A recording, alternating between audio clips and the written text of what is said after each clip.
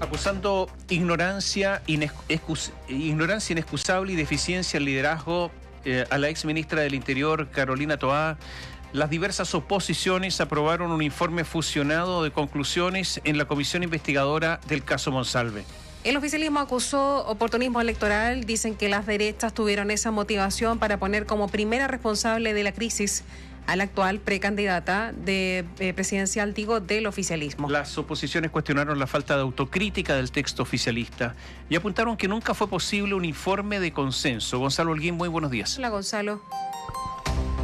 Muy buenos días, Tomás Cati. Sí, finalizando un trabajo de 4 meses, la Comisión Especial Investigadora del caso Monsalve aprobó con 7 votos a favor, 5 en contra y la abstención del diputado Tomás Lagomarsino el informe de conclusiones de las oposiciones, donde se cuestiona al presidente Gabriel Boric, pero por sobre todo se apuntan los dardos a la labor de la exministra del Interior, actual candidata o precandidata presidencial del oficialismo, Carolina Toá. El controversial documento de 25 páginas terminó por fusionar tras horas de discusión las proposiciones de Chile Vamos y de la diputada y jefa de bancada demócrata Joana Pérez, donde las responsabilidades políticas del manejo de la crisis recaen, según el escrito, en la actual abanderada presidencial del PPD, en la ministra de la Mujer Antonia Orellana y también en el ex jefe de asesores del segundo piso Miguel Crispi.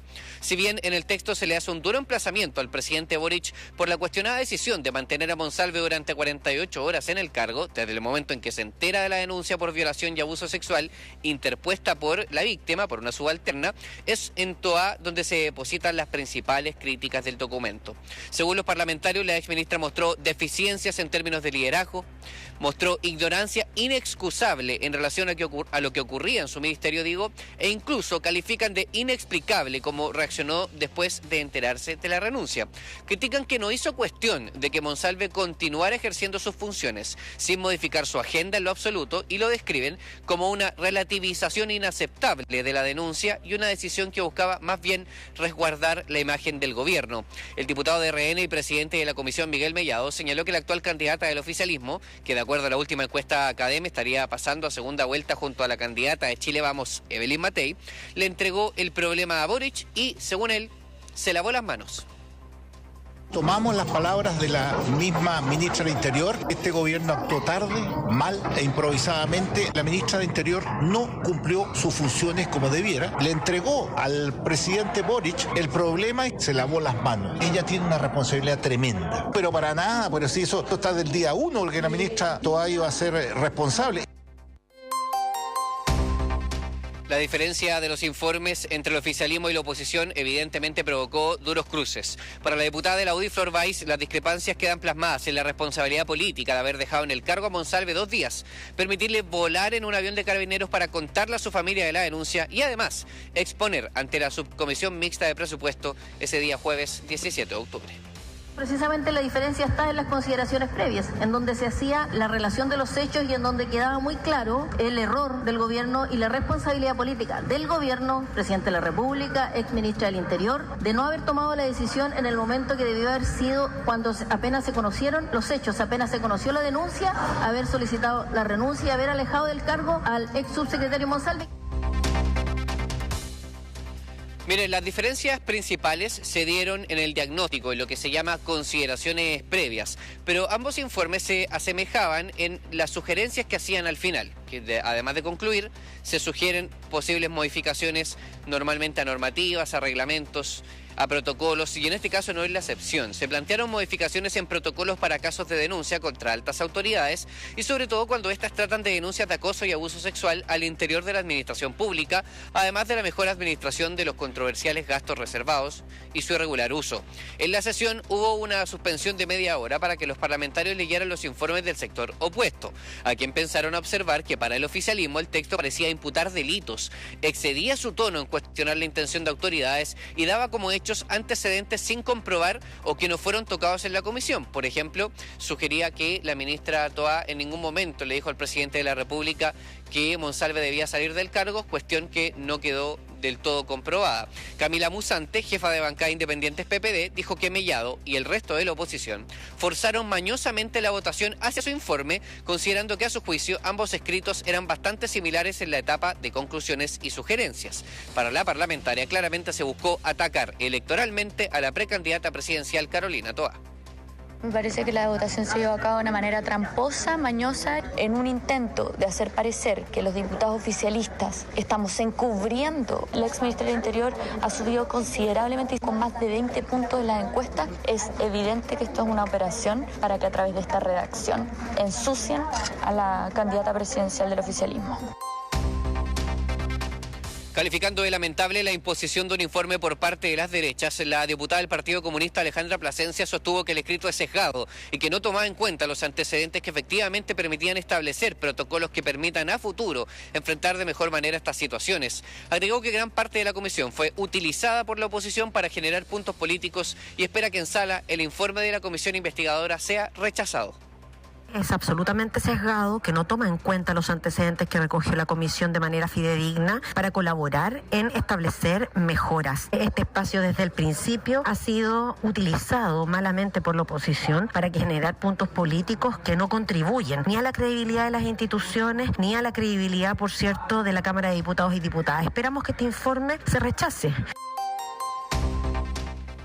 Joana Pérez, diputada de Demócratas, escribió su propio documento y acusó que solo de las oposiciones se acercaron a buscar algún consenso con su propuesta. En esos minutos, Pérez pidió que se eliminara la expresión cómplice, porque no tenía la intención de apoyar un texto que pudiera tener un lenguaje que imputara delitos, pero que la comisión no podía desentenderse de la clara responsabilidad de la moneda en esta crisis. Pérez instó al oficialismo a realizar una autocrítica, a la responsabilidad y sobre todo a no ponerse nerviosos.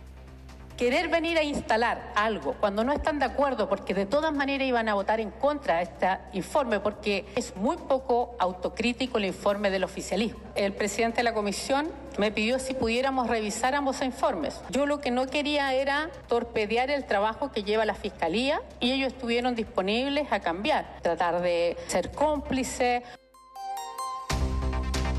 En relación al rol del presidente de la República, Gabriel Boric, ojo que hay que decir que no aparece mencionado en el acápite que va enumerando responsabilidades. Sí tiene un subtítulo en donde al mandatario lo señalan de tener sendas facultades para remover a Monsalve, pero no haciéndolo, lo acusan de pasividad y liviandad ante esta crisis. Asimismo, en la instancia se incluyó una indicación del diputado del Partido Radical, Tomás Lagomarsino, donde acusa que Toá debía conocer informes de los gastos reservados de Monsalve. Si bien el parlamentario se abstuvo en la votación, logró que se sumara su propuesta, propinándolo así otro cuestionamiento a la exministra y actual candidata presidencial, que sin duda, Tomás Cati, terminó siendo la protagonista o la más mencionada o la más indicada como responsable del escándalo de la salida de Manuel Monsalve en la comisión investigadora que acusó las actuaciones del gobierno respecto de esta denuncia.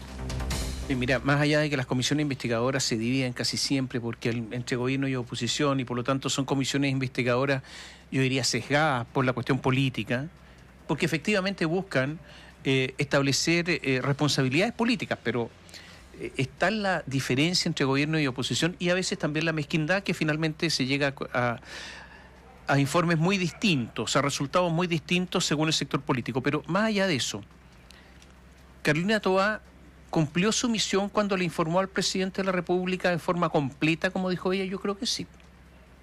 ¿Lo hizo oportunamente? Sí. Sí.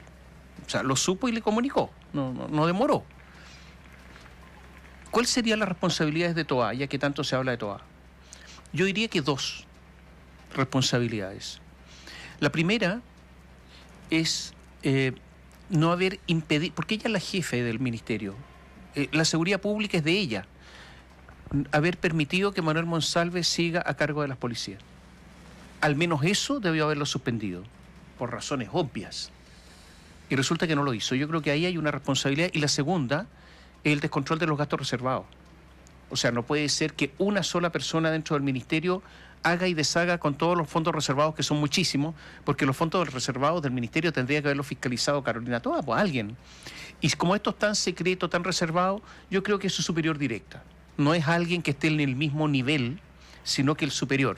Y yo creo que si se le puede achacar alguna responsabilidad a Carolina Toá, son estas dos cosas.